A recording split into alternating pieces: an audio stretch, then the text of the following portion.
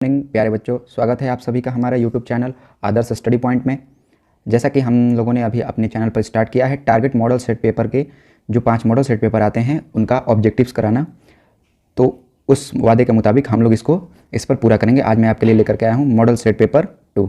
ठीक है, तो चलिए देखते हैं आगे इसमें क्या क्या है, ट्राई करेंगे। जैसा कि आप सभी को मैंने पहले ही वीडियो में बता दिया था, जैसा कि हमने बताया था कि ये सेगमेंट जो होगा वो ऑब्जेक्टिव का होगा। तो यानी कि इसमें जो 100 ऑब्जेक्टिव क्वेश्चंस आते हैं उसके 50 यानी कि 60 जो हैं वो बुक से आते हैं, बुक यानी कि लिटरेचर से, और 40 जो क्वेश्चंस आते हैं वो बच्चे आते हैं ग्रामर से।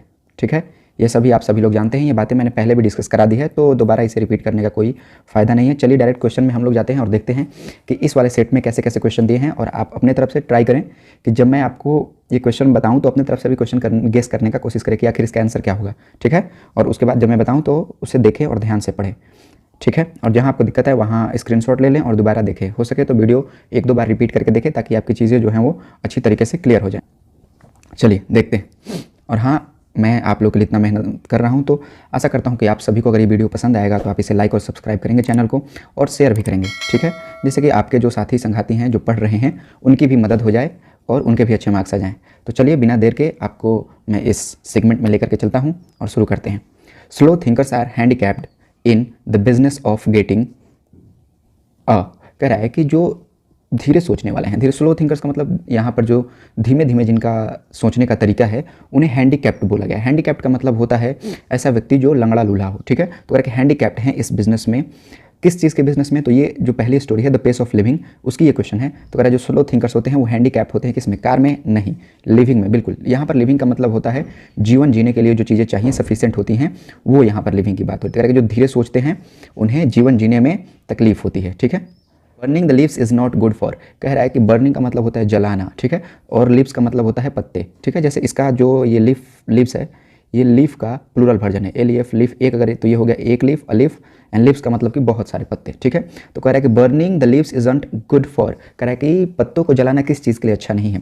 तो यहाँ पर पहले ही ऑप्शन दिया इकोलॉजी। इकोलॉजी का मतलब ये होता है कि पर्यावरण के लिए। तो बिल्कुल पर्यावरण के लिए जो पत्ते जलाते हैं हम, उससे क्या होता है कार्बन मोनोऑक्साइड निकलती है और प्रदूषण होता है, तो उसे हमें बचना चाहिए। उसका अल्टरनेटिव ये हो कि आप उसका कंपोस्ट बना दें, खाद बना दें जैविक फार्मिंग के लिए, वो ज़्यादा बेटर ऑप्शन है जलाने के मुकाबले। The Burmese people are happy because their suffering has been, कह रहा है कि बर्मा के जो लोग हैं वो खुश हैं क्योंकि उनकी जो यातना है, जो सफरिंग है, वो क्या हो गया है? हीडेड। बिल्कुल, हीडेड का मतलब होता है उस कठिनाई का फल मिलना। ठीक है, तो हीडेड ये सही आंसर है। डिसरिगार्डेड का मतलब कि नहीं देखा जाना, इग्नोर का मतलब कि ध्यान न देना, और डिसरिस्पेक्टेड का मतलब होता है कि जिसे आदर ना दिया जाए। तो उनके जो भले ही उन्हें दिक्कत आ रही है अपनी लड़ाई में, लेकिन उनकी मांगों को देखा जा रहा है। ठीक है, तो इसलिए वो खुश हैं। आगे देखिए, ancient world threw up fine flowers of, ancient का मतलब होता है प्राचीन, आपको मैंने पहले ही बताया है। तो कि जो एंशिएंट वर्ल्ड है यानी कि पुराने ज़माने की जो दुनिया थी, हमारी ही दुनिया जो पुराने ज़माने की थी, उसने बहुत सारे अच्छे फूल दिए। किस चीज़ के?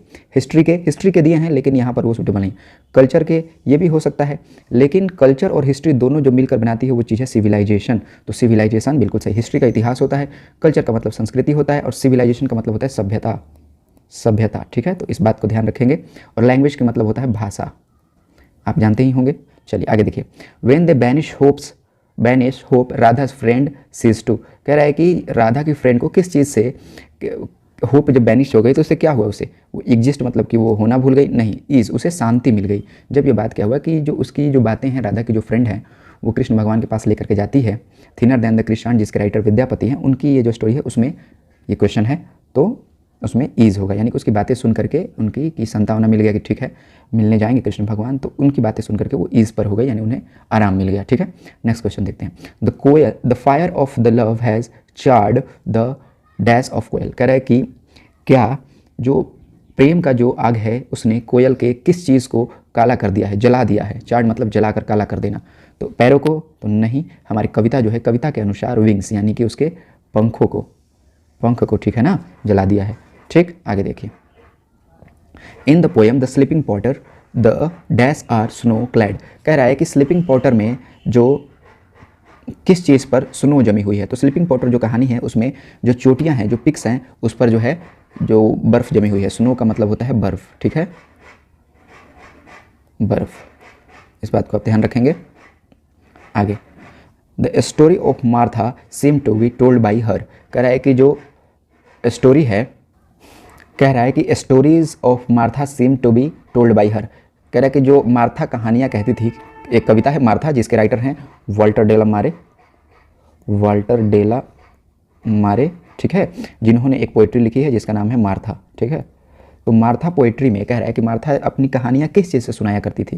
तो देखिए कहानियाँ तो वो बेसिकली माउथ से ही बोलती थी, लेकिन जब वो कहानियाँ कहती थी तो लगता है कि उसकी आंखें भी बोलती थी, तो इसलिए आइज़ होगा, ठीक है। हाँ, हैंड का मतलब हाथ होता है, ये आप जानते ही होंगे। नीज़ के मतलब होता है घुटने, और लेग्स मतलब होता है पैर, ठीक। चलिए नेक्स्ट देखते हैं क्वेश्चन। मुझे उम्मीद है यहाँ तक समझ में आया होगा। अगर कोई भी चीज़ में आपको समझ में नहीं आती है तो आप प्लीज़ उसमें कमेंट करें और बताएं कि ये वाली चीज़ क्लियर नहीं हुई है। हम ट्राई करेंगे कमेंट के थ्रू आपकी जो डाउट है उसे क्लियर करें, ओके। चलिए नेक्स्ट क्वेश्चन देखते हैं। कर्म भूमि एंड प्रतिज्ञा आर द वर्क्स ऑफ। कह रहा है कि कर्म भूमि और जो प्रतिज्ञा है ये किसकी कहानियाँ हैं? जयशंकर प्रसाद? बिल्कुल नहीं। सूर्यकांत त्रिपाठी? बिल्कुल नहीं। प्रेमचंद? जी हाँ, देखिए प्रेमचंद जो है उन्होंने कुछ खास किताबें लिखी हैं, जरा उनके बारे में देख लीजिए। एक कर्म भूमि प्रतिज्ञा तो हो गया, एक उनकी बहुत फेमस बुक है जिसका नाम है सोजे वतन, ठीक है, सोजे वतन, याद रखेंगे। और उसके साथ साथ उन्होंने लिखी है गोदान, ठीक है। यहाँ पर कर्म भूमि प्रतिज्ञा नहीं दिया है, मान सरोवर भी उन्होंने लिखा है, याद रखेंगे। ये कुछ फेमस बुक है जो प्रेमचंद से रिलेटेड है। और इसके साथ एक और बात समझ लीजिए कि जो प्रेमचंद है, मुंशी प्रेमचंद की ये राइटर नेम है, ये उनका ओरिजिनल नेम जो है वो है गणपत राय, ठीक है, गणपत राय।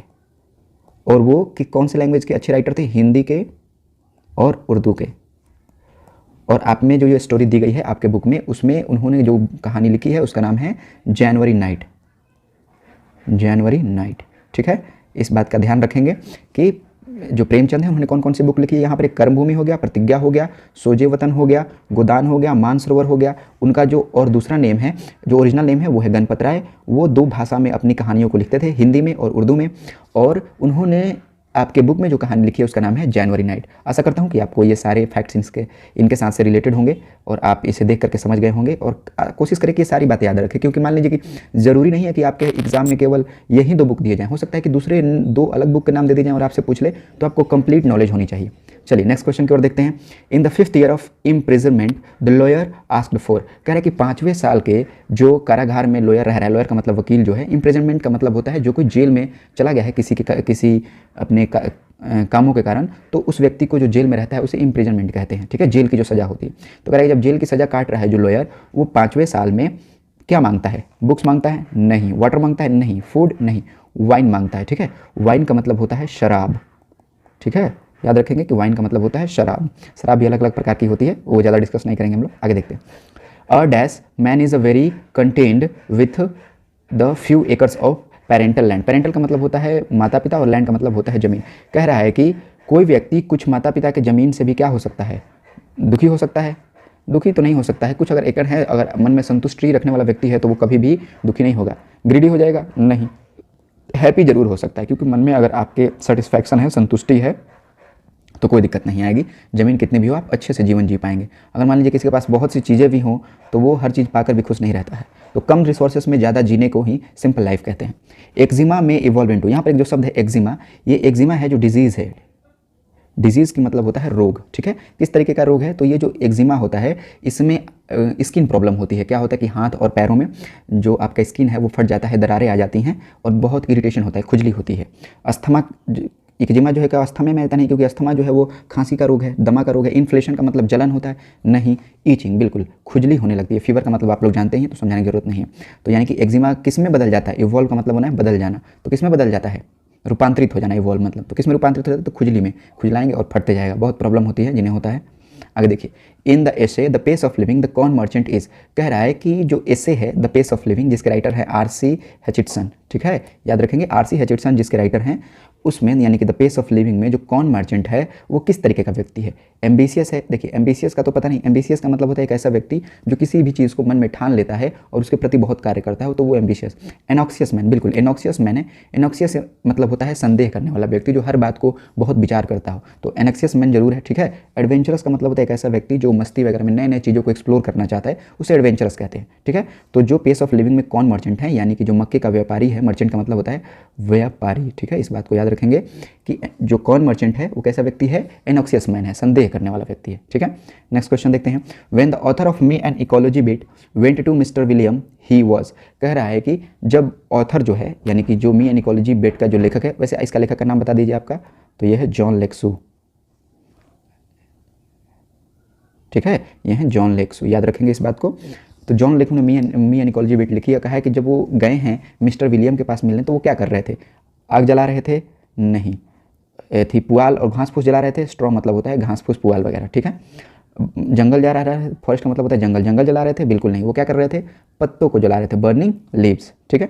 चलिए नेक्स्ट क्वेश्चन देखिए, नेक्स्ट क्वेश्चन में क्या कह रहा है, देखिए मैं ट्राई कर रहा हूँ कि ज़्यादा से ज़्यादा चीज़ जो है वो जूम होकर आपके सामने मिले ताकि आपको आसानी रहे। एक सेकेंड, चलिए, the author of me an ecology bit use to meet people and create awareness about, यहाँ पर अबाउट है, अबाउट, ठीक है ना, कह रहा है कि, देखिए थोड़ा ठीक से लिख देते हैं, अबाउट, कह रहा है कि the author of me an ecology bit use to meet the people and create awareness about, awareness का मतलब होता है जागरूकता, क्या होता है, जागरूकता,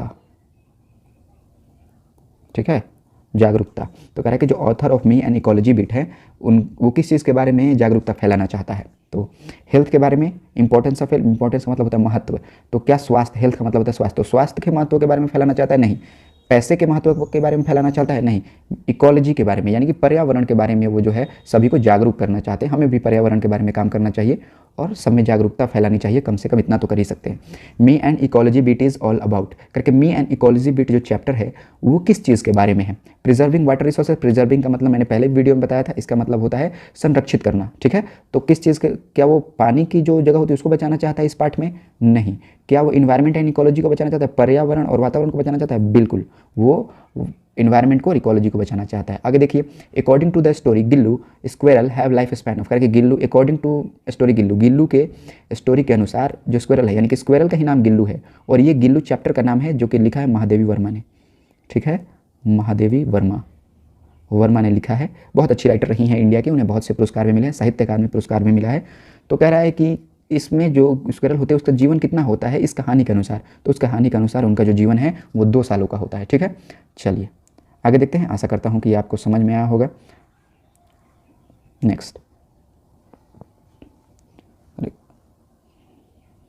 Gillu would inform by twittering, कह रहा है कि गिल्लू जो है वो अपने आप आने का जो अराइवल होता है वो किस चीज़ से देता है, टिक टिक की आवाज़ से, नहीं, यानी अपने आने का जो इन्फॉर्मेशन है, जो सूचना है वो कैसे देता है, टिक टिक की आवाज़ से नहीं, ट्रिंग ट्रिंग की आवाज़ से नहीं, चिक चिक की आवाज़ से जो है गिल्लू अपने आने की खबर देता है, ठीक है। नेक्स्ट क्वेश्चन देखिए, in the story written by Mahadevi Verma Gillu was injured by, कह रहा है कि महादेवी वर्मा ने जो स्टोरी गिल्लू लिखी है उसमें इंजर्ड का मतलब होता है जख्मी हो जाना, तो जो गिल्लू है वो किससे जख्मी हो जाता है, क्रोज से, बिल्कुल, कौवों से हो जाता है। स्क्विरल का मतलब होता है, ध्यान रखेंगे, गिलहरी, ठीक है। पैरट्स का मतलब तोता होता है और मंगूस का मतलब होता है नेवला, ठीक है, नेवला, याद रखेंगे। चलिए, लेकिन महादेवी वर्मा में जो कौवे होते हैं वो गिल्लू को, जो कि गिलहरी है, उसे जख्मी कर देते हैं, ठीक है। चलिए आगे देखिए, the essay story, the essay what is wrong with Indian films is taken from, कह रहा है कि ये जो एसे है what is wrong with Indian films, ये कहाँ से ली गई है। देखिए, तो what is wrong with Indian films, इसके जो राइटर हैं वो हैं बहुत ही फेमस इंडिया के डायरेक्टर जिनका नाम है सत्यजीत रे,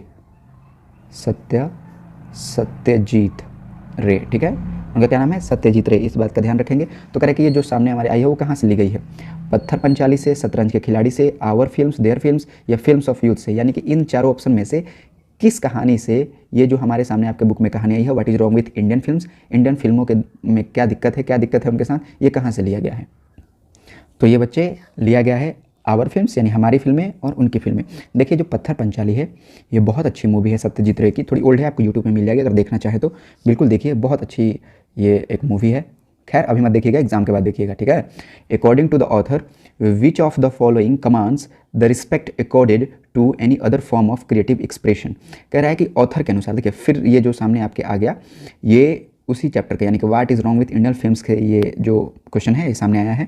तो कह रहा है कि इसमें बताइए कि according to author which of the following commands the respect accorded to any other form of creative expression, creative expression के लिए ऑथर के अनुसार कौन सी चीज़ों को कमांड दिया जा सकता है, रिस्पेक्ट दिया जा सकता है। तो बेसिकली देखिए, ये अगर उसी चैप्टर से रिलेटेड है तो म्यूजिक तो होगा नहीं, लिटरेचर भी नहीं होगा, ये सिनेमा होगा, ठीक है ना। ये सत्यजीत रे के जो आपके उसमें स्टोरी है what is wrong with Indian films उससे लिया गया है, ठीक है।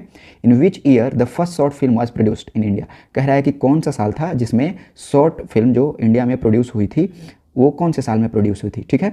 तो चलिए देखते हैं, बताइए इसमें कौन सा साल, 1907 में हुआ था क्या, जी बिल्कुल, जहाँ तक मुझे याद है कि 1907 में ही सबसे पहले इंडियन शॉर्ट फिल्म आई थी, ठीक है। और एक और बात, मैं आपके लिए एक काम छोड़ रहा हूँ, कमेंट सेक्शन में आप ये जरूर बताएं कि कौन सा शॉर्ट फिल्म था जो कि 1907 में रिलीज हुआ था, कमेंट में जरूर बताएं, ठीक है। चलिए नेक्स्ट क्वेश्चन देखते हैं। According to the Aris, Nobel peace prize is all about the idea of, कह रहा है कि एरिस जो है, यानी कि एरिस वो व्यक्ति है जो कि यांग सांग सुकुई का जो बेटा है, ठीक है। तो कह रहा है कि नोबेल प्राइज जो है वो किस आदर्शों को मानता है, किस चीज़ के बारे में है, ठीक है। तो आपको बताना है इसमें से, फ्रीडम के बारे में नहीं, पीस के बारे में नहीं, ह्यूमनिज्म के बारे में, मानवता के बारे में। फ्रीडम का मतलब होता है आज़ादी, ठीक है, और पीस का मतलब होता है शांति, और डेमोक्रेसी का मतलब होता है लोकतंत्र, ठीक है, लोकतंत्र आप देख लीजिएगा बस, ठीक है। चलिए आगे देखते हैं। Acceptance speech was delivered on December 10, कह रहे हैं कि एक्सेप्टेंस स्पीच जो है, जो कि बहुत ही फेमस स्पीच है, ये दिया गया है एरिस के द्वारा। और ये एरिस कौन है बच्चे? यांग सांग सुकुई के बेटे हैं। क्या हैं? बेटे हैं। तो कब दिया गया है, किस साल में दिया गया था? 10 दिसंबर का डेट तो दे दिया है, आपको साल बताना है इसमें। तो बच्चे उन्होंने जो स्पीच था वो 1991 में दिया था, ठीक है। आगे देखिए, according to the essay acceptance speech के एसे के अनुसार, what is Burma's long struggle for, Burma का जो इतने सालों से चलता आ रहा जो स्ट्रगल है, यानी कि जो क्या बोलते हैं स्ट्रगल को, अगर हम बोले हिंदी में तो इसका मतलब ये होता है लड़ाई जो है वो चलती आ रही है, किस चीज़ के लिए आ रही है? पीस ओनली, शांति के लिए, या फ्रीडम ओनली, केवल आज़ादी के लिए, या पीस फ्रीडम डेमोक्रेसी के लिए। तो देखिए यहाँ पर आपको मालूम है बच्चे कि वो चाहते हैं कि उनके देश में क्या हो जाए, कम से कम शांति, फ्रीडम और डेमोक्रेसी, लोकतंत्र जरूर आए, ठीक है। चलिए तो आगे हम देखते हैं बच्चे, नेक्स्ट क्वेश्चन है हमारे सामने, Toni Morrison receive the Nobel prize in the field of, कह रहा है कि टोनी मॉरिसन जो हैं उनको नोबेल प्राइज किस फील्ड में मिला है, ठीक है। तो आपको बताना है बच्चे किस फील्ड में मिला है। शांति में मिला है? नहीं। साइंस में मिला है? नहीं। बिल्कुल, लिटरेचर में, यानी कि साहित्य लिखने के फील्ड में उनको मिला है। इकोनॉमिक्स का मतलब होता है अर्थशास्त्र, ठीक है ना। तो इसमें मिला है? नहीं। तो लिटरेचर में मिला है, और ये पहली ब्लैक वीमेन थी जिनको नोबेल प्राइज़ मिला है, याद रखेंगे, बहुत इंपॉर्टेंट फैक्ट है ये। ब्लैक वीमेन, यानी कि जो पहली ब्लैक वीमेन है, यानी कलर्ड महिला हैं जिनको मिला है, वो कौन है? Toni Morrison. चलिए नेक्स्ट क्वेश्चन की ओर देखते हैं। नेक्स्ट क्वेश्चन है, in the story once upon a time the women visited, कह रहा है कि वंस अपॉन अ टाइम जो स्टोरी है ये किसके द्वारा लिखी गई है? तो टोनी मॉरिसन द्वारा लिखी गई है, याद रखेंगे, टोनी मॉरिसन द्वारा लिखी गई है। तो कह रहा है कि वंस अपॉन अ टाइम में जो महिला हैं वाज विजिटेड, किसके द्वारा विजिट किया गया था? सम यंग पीपल, कुछ जवान लोगों के द्वारा। बिल्कुल, सम यंग पीपल, यंग का मतलब होता है जवान, ठीक है। चलिए नेक्स्ट क्वेश्चन देखते हैं। Toni Morrison was the first dash to receive Nobel prize, कह रहा है कि टोनी मॉरिसन जो हैं वो सबसे क्या हैं, कैसी महिला हैं जिन्हें नोबेल प्राइज़ मिला। देखिए जो मैंने क्वेश्चन आपको ऊपर समझाया, बिल्कुल एग्जैक्ट क्वेश्चन नीचे आ गया। तो कह रहा है क्या वाइट वीमेन है? नहीं। यूरोपियन वीमेन है? नहीं। एशियन वीमेन है? नहीं। ब्लैक वीमेन है। अभी मैंने आपको ऊपर समझाया, और देखिए आगे क्वेश्चन आ ही गया। आगे देखिए, थोड़ा सा इसे मिटा लें। Underlying unity is the most remarkable feature of, कह रहा है कि underlying unity is the most remarkable feature of, remarkable feature of, future नहीं फीचर। तो यहाँ पर देखिए अंडरलाइंग यूनिटी, यानी कि एकता जो है वो सबसे पहले, सबसे अच्छी, यानी कि बहुत ही अच्छी जो फीचर है वो किसकी फीचर है? अमेरिका के कल्चर की, ठीक है। या फिर आगे देखिए इंडिया के कल्चर की, तो बिल्कुल ये इंडिया के कल्चर की है, क्योंकि ये जो क्वेश्चन है ये आपके बुक से ही है, जिसके राइटर हैं हुमायूं कबीर, ठीक है, कबीर, याद रखेंगे इस बात को। आगे देखिए, Indian culture is flexible, beautiful, blend of many culture, none of the above, कह रहे कि इंडिया का जो संस्कृति है वो कैसा है? बहुत से चीज़ें, फ्लेक्सिबल है यानी कि बहुत आसानी से तोड़ा मोड़ा जा सकता है, या सुंदर है, या ब्लेंड ऑफ मेनी कल्चर यानी कि बहुत से कल्चर का ब्लेंड है, मिलावट है। ब्लेंड का मतलब होता है मिलावट। तो देखिए बेसिकली इंडिया का जो कल्चर है इसमें बहुत सी चीज़ों की मिश्रित संस्कृतियाँ हैं हमारी, ठीक है। आगे देखिए, नेक्स्ट क्वेश्चन की ओर बढ़ते हैं बच्चे। नेक्स्ट क्वेश्चन क्या कह रहा है कि it is dash the specially distinguish the culture of India as the unity of Indian culture, कह रहा है कि इट इज़ स्पेशली डिस्टिंग्विश, कह रहा है कि ये बहुत ही डिस्टिंग्विश, यानी कि बहुत देखने में ही पता चल जाने वाला जो फीचर है इंडियन कल्चर का, यूनिटी ऑफ कल्चर, ये किस चीज़ से है? वैरायटी ऑफ रिलीजन से, बहुत सारे धर्मों से, रिलीजन का मतलब धर्म होता है, लोगों की एकता से, या फिर अनब्रोकन कंटिन्यूटी, यानी लगातार चलते आता है जो हमारा संस्कृति है उससे, या कल्चरल वैरायटी से, या फिर सांस्कृतिक हमारी असमानता से, ठीक है। तो आपको बताना होगा इसमें बच्चे कि कौन सा सही है। तो देखिए क्योंकि हमारा जो इंडियन कल्चर का जो यूनिटी है, हम लोगों को ने बहुत सालों तक अपने कल्चर को बनाए रखा है, तो इसलिए क्या होगा? अनब्रोकन कंटिन्यूटी, यानी कि लगातार चलते रहने की वजह से, ठीक है। चलिए story little girls wiser than man has been written by, कह रहा है कि जो स्टोरी है little girls wiser than man, ये किसके द्वारा लिखी गई है? तो ये लिखी गई है बच्चे लियो टॉल्स्टॉय द्वारा, आपको मालूम है। टोनी मॉरिसन ने कौन सी कहानी लिखी है बच्चे? तो इन्होंने लिखी है वंस अपॉन अ टाइम, ठीक है। जॉन लेक्सो ने कौन सी कहानी लिखी है बच्चे? जॉन लेक्सो ने लिखी है मी एंड इकोलॉजी बिट, ठीक है। अब ज़्यादा जगह नहीं है वरना मैं आपको सारी समझा देता, वैसे आप सब जानते ही हैं, ठीक है। चलिए आगे की ओर देखते हैं। कह रहा है कि both the girls in the story little girl wiser than man had, कह रहा है कि जो दोनों लड़कियां हैं little girl wiser than man में, उनके पास क्या है, ठीक है ना। लाल हैंकरचीफ है, ब्लू हैंकरचीफ है। हैंकरचीफ का मतलब होता है रुमाल, ठीक है, रुमाल होता है, ठीक है। तो क्या उनके पास लाल रुमाल है कि ब्लू रुमाल है कि येलो रुमाल है कि वाइट रुमाल है? तो उनके पास बच्चे लाल कलर का रुमाल है, हैंकरचीफ है। क्या है? हैंकरचीफ। आगे देखिए, the festival is referred to by the writer in the society little girl wiser than man, कह रहा है कि किस फेस्टिवल के बारे में little girl wiser than man जो है उसमें बताया गया है। क्रिसमस के बारे में नहीं, ये जो कहानी घट रही है वो ईस्टर के समय घट रही है। ये एक तरीके का क्रिश्चियन फेस्टिवल है, ठीक है। जैसे हमारी तरफ होली है उसी तरीके से क्रिश्चियन का एक फेस्टिवल है जो कि क्रिसमस से पहले मनाया जाता है, वो है Easter. God made the country and man made the, कह रहा है कि गॉड मेड द कंट्री, जो गॉड ने कंट्री बनाई है, कंट्री बोल रहा हूँ, जो गॉड ने देहात बनाया, तो लोगों ने क्या बनाया? लोगों ने बच्चे टाउन बनाए हैं, सिटी बनाया है, ठीक है। यहाँ पर टाउन नहीं, उस स्टोरी के हिसाब से बच्चे आप सिटी मार लेंगे, क्योंकि सिटी जो है वो यहाँ पर, लेकिन टाउन भी चल जाएगा, टाउन ही मार लीजिए, क्योंकि उसमें जो आपका टॉपिक में दिया है वो टाउन ही दिया है, ठीक है। चलिए आगे देखिए, what has made the man idle, कह रहा है कि किस चीज़ ने इंसान को आइडल बना दिया है। अब ये जो दोनों क्वेश्चन है, ये ऊपर वाला और ये भी, ये दोनों फर्स्ट सी सेट के हैं, तो ये आपको बताना होगा, ठीक है। वैसे मैं छोड़ नहीं रहा हूँ क्योंकि आप लोग इतना मेहनत करेंगे नहीं। तो उसमें मैंने भी बताया था कि लग्जरियस लाइफ नहीं होगा, क्या होगा? Comfortable devices. कंफर्टेबल डिवाइसेस का मतलब होता है आरामदायक यंत्र, ठीक है। आरामदायक यंत्र की वजह से इंसान को आइडल का मतलब होता है सुस्त, ठीक है, सुस्त, ठीक। चलिए आगे देखिए, according to the poem God made country where do you find field and group, कह रहा है कि गॉड मेड जो कंट्री पोएम है उसके अनुसार अच्छे मैदान और बगीचे कहाँ मिलते हैं? तो गांव में ही मिलेंगे, ठीक है ना, गांव में अच्छे, क्योंकि शहरों में तो इतनी जगह है नहीं, पहले ही बहुत ज़्यादा भीड़ है वहाँ। The happy man is dash to breathe his native air, कह रहा है कि हैप्पी मैन वो व्यक्ति है, यानी कि वो आदमी हैप्पी है जो कि अपने नेटिव का मतलब होता है अपने खुद का जो होता है देशज हवा ले रहा है। तो वो the happy man is content, यहाँ पर होगा कि वो ही हैप्पी आदमी है जो कि अपने देश का हवा ले रहा है, ठीक है ना। सांस लेने के, ब्रीथ का मतलब होता है सांस लेना।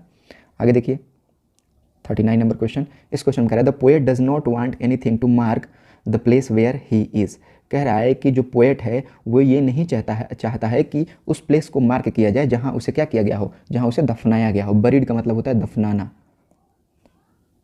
दफनाना, ठीक है ना, दफनाया गया हो, ठीक है, इस बात को समझ लेंगे। तो बरीड का मतलब दफनाना होता है, सिटिंग मतलब बैठना होता है, हाइडिंग मतलब छिपना होता है, लॉस्ट मतलब खो जाना होता है। तो पोएट ये नहीं चाहता कि जहाँ दफनाया गया है उसका लोगों को पता चले और वहाँ कोई मार्क मतलब निशान या चिन्ह लगाया जाए, ठीक है। आगे देखिए, थोड़ा मिटा दें। चलिए, कह रहा है कि in the poem wood on solitude where is the happy man content to live, कह रहा है कि जो पोएम है वुड ऑन सोलिट्यूड यानी एकांतता पर एक गीत, उस कहानी में, उस कविता में जो कहाँ जो है वो हैप्पी आदमी रहना चाहता है, शहरों में रहना चाहता है, अपनी ज़मीन में रहना चाहता है, हेवन का मतलब स्वर्ग में रहना चाहता है, या ऑर्चार्ड में रहना चाहता है यानी कि बगीचे में रहना चाहता है। तो बच्चे आप सभी जानते हैं कि जो व्यक्ति है वो अपनी जगह पर रहना चाहता है। ओन ग्राउंड का मतलब कि जो कि अपना जगह है। A polythene bag does not get dash, कह रहा है कि एक पॉलीथीन बैग जो है वो उसे क्या नहीं होता, टॉर्न का मतलब होता है फटना, ठीक है। तो उसे जो प्लास्टिक बैग है बहुत आसानी से नहीं फटता है। अगर उसे आप चाहें तो अच्छा, अगर मजबूत पॉलीथीन बैग है तो उसे आप आसानी से फाड़ नहीं सकते, जल्दी से वो खत्म भी नहीं होता है, क्योंकि ये नॉन बायोडिग्रेडेबल होता है। नॉन बायोडिग्रेडेबल का मतलब होता है ऐसी चीज़ें जो आसानी से नहीं गलती हैं। क्या आसानी से ये डिजॉल्व हो जाता है, घुल जाता है किसी चीज़ में? बिल्कुल नहीं, ना फटता है ना घुलता है, ना ही एसिमिलेट होता है। तो अब इसको इसमें बताना है कि आसानी से जो पॉलीथीन बैग है वो क्या नहीं होता है, इस बात को आपको इसमें बताना है बच्चे। तो देखिए, वो आप फाड़ भी सकते हैं, उसको डिस्ट्रॉय कर सकते हैं जला करके, लेकिन पॉलीथीन बैग को आप जल्दी घुला नहीं सकते। तो यहाँ पर इसके हिसाब से डिजॉल्व होना चाहिए, ठीक है। नेक्स्ट क्वेश्चन देखिए, what happens when you burn it, कह रहा है कि पॉलीथीन बैग को अगर आप जलाएंगे तो क्या होता है? इट टर्न इनटू एशेस, क्या ये राख में बदल जाता है? ऐश का मतलब होता है राख, ठीक है। तो क्या राख में बदल जाता है? It gives a poisonous smell, क्या ये बहुत ही गंदा और बहुत ही पॉइजनस स्मेल करता है? बिल्कुल, जब आप प्लास्टिक को जलाएंगे तो बहुत ही दुर्गंधित स्मेल आती है। ठीक है, आगे देखिए। What happens when we leave a polythene bag on the earth? कह रहा है कि क्या होगा अगर हम एक पॉलीथीन बैग को ज़मीन पर रख दें, यानी कि ज़मीन में दफना दे, तो क्या होगा? इट डिग्रेड्स द सॉइल, क्या ये सॉइल को जो है, जो मृदा है उसको ख़राब कर देता है? इट पोल्यूट्स द इन्वायरमेंट, कि ये इन्वायरमेंट को पोल्यूट करता है? बिल्कुल, ये जो हमारा इन्वायरमेंट है, प्लास्टिक जो है उसको बहुत ज़्यादा क्या करता है? पोल्यूट करता है, प्रदूषित करता है। ना ये सॉइल के मृदा के क्वालिटी को अच्छा करता है और ना ही इसे घटाता है। ये हमारे बस इन्वायरमेंट को क्या करता है? पोल्यूट कर देता है। ठीक है, चलिए नेक्स्ट देखते हैं आगे। इस वाले सेक्शन में हम 50 क्वेश्चन को डिस्कस करेंगे। Radha's friend where about her, करके राधा के जो फ्रेंड है उसके बारे में क्या सोच रही हैं? जो राधा हैं, तो राधा की जो दोस्त है उससे गुस्सा है? बिल्कुल नहीं। क्या हैं? राधा के बारे में वरीड हैं, यानी कि चिंतित हैं। वरीड का मतलब होता है चिंता करना। Originally Vidyapati is dash poet, कह रहा है कि ओरिजिनली जो, यानी कि जो वास्तविक विद्यापति हैं वो किस चीज़ के पोएट हैं, माने किस भाषा के पोएट हैं? हिंदी के हैं, इंग्लिश के हैं, मिथिला के हैं कि भोजपुरी के हैं? तो बच्चे आपको मालूम है कि जो ओरिजिनल वो लिखते हैं अपनी पोइट्री को, जो विद्यापति, क्योंकि ये तो ट्रांसलेटेड फॉर्म है, जो उनकी स्टोरी दी, तो वो मिथिला जो भाषा है उसमें अपनी पोइट्री को लिखते हैं। ठीक है। Whose problems are talked about the poem thinner than a crescent, कह रहा है कि किस कहानी, जो ये कविता, ये जो कविता है उसमें थिनर देन क्रिसेंट में किसके प्रॉब्लम्स को, यानी कि किसके समस्याओं को डिस्कस किया गया है? तो राधा के, या राधा के दोस्त के, या लॉर्ड कृष्णा के, या गांव के लोगों के? तो देखिए वहाँ पर राधा के जो प्रॉब्लम्स हैं उसको डिस्कस किया गया। थिनर देन द क्रिसेंट का मतलब होता है कि चांद, बारीक चांद से भी पतला। ठीक है, इसके राइटर विद्यापति हैं, याद रखिएगा। In the poem the empty heart to whom did the man bid goodbye, कह रहा है कि इम्प्टी हार्ट जो स्टोरी है उसमें जो व्यक्ति है वो किसको बाय बोल रहा है? अपनी माँ को, अपने बीवी को, अपने हिज चिल्ड्रन और his mother, wife and children. ठीक है, तो देखिए इसमें देखते हैं कि कौन सा होगा। तो जैसा कि आप जानते हैं बच्चे कि वो अपने माँ को भी गुड बाय बोल रहा है, अपने वाइफ को भी बोल रहा है और चिल्ड्रन को भी बोल रहा है, तो डी नंबर जो है वो हमारा करेक्ट होगा। ठीक है, चलिए। Grid is dash but life is not, ये क्वेश्चन फिर से रिपीट हो गई। ये क्वेश्चन फर्स्ट में ही दिया हुआ था, फर्स्ट वाले आपके मॉडल सेट पेपर में। तो हमने वहाँ पर बताया था कि ग्रीड का मतलब लालच होता है, कि लालच जो है वो वर्थ इट नहीं है, और बुरा भी है, वर्थ इट भी नहीं है, अच्छा भी नहीं है। तो लालच का कभी भी सीमा नहीं है, वो खत्म नहीं होती, इंडलेस है, यानी कि खत्म नहीं होने वाली, लेकिन जीवन खत्म हो जाती है। नेक्स्ट क्वेश्चन देखिए। Who has written the poetry empty heart, कह रहा है कि इम्प्टी हार्ट जो पोएट्री है उसके लेखक कौन है? तो इम्प्टी हार्ट के जो लेखक हैं बच्चे, आपको मालूम है कि वो है पेरिस्वामी थुरन। कौन है? पेरिस्वामी थुरन। ठीक है, तो देखिए पेरिस्वामी थुरन सी नंबर पे दिया है। The dash of koel has been charred by the fire of love, कह रहा है कि कौन सी चीज़ जो है वो कोयल के प्यार में जल चुकी है? तो बच्चे विंग्स, ये फिर एक क्वेश्चन रिपीट हो गई। तो विंग्स जो हैं वो उसके प्यार में जल चुके हैं, उसमें आग लग गई है। ठीक है, तो इस सेक्शन में इतना ही रहने देंगे। आशा करता हूँ कि आपको वीडियो हमारी समझ में आई होगी। अगर आपको समझ में आई है तो बिल्कुल कमेंट में बताएं। अगर कुछ चीज़ को आप चाहते हैं कि इसमें इंप्रूव किया जाए तो उसके लिए भी आप सजेशन कमेंट बॉक्स में दे सकते हैं। तब तक मैं ये सोचूंगा कि आप वीडियो देखेंगे और पढ़ेंगे और बहुत अच्छी तैयारी करेंगे। तब तक के लिए अपना ख्याल रखें और हमारे आदर्श स्टडी पॉइंट को बिल्कुल आप सब्सक्राइब करें। ठीक है, तब तक के लिए मिलते हैं अगले वीडियो में। इसके 50 जो बचे क्वेश्चन हैं वो उसमें करेंगे। ठीक है।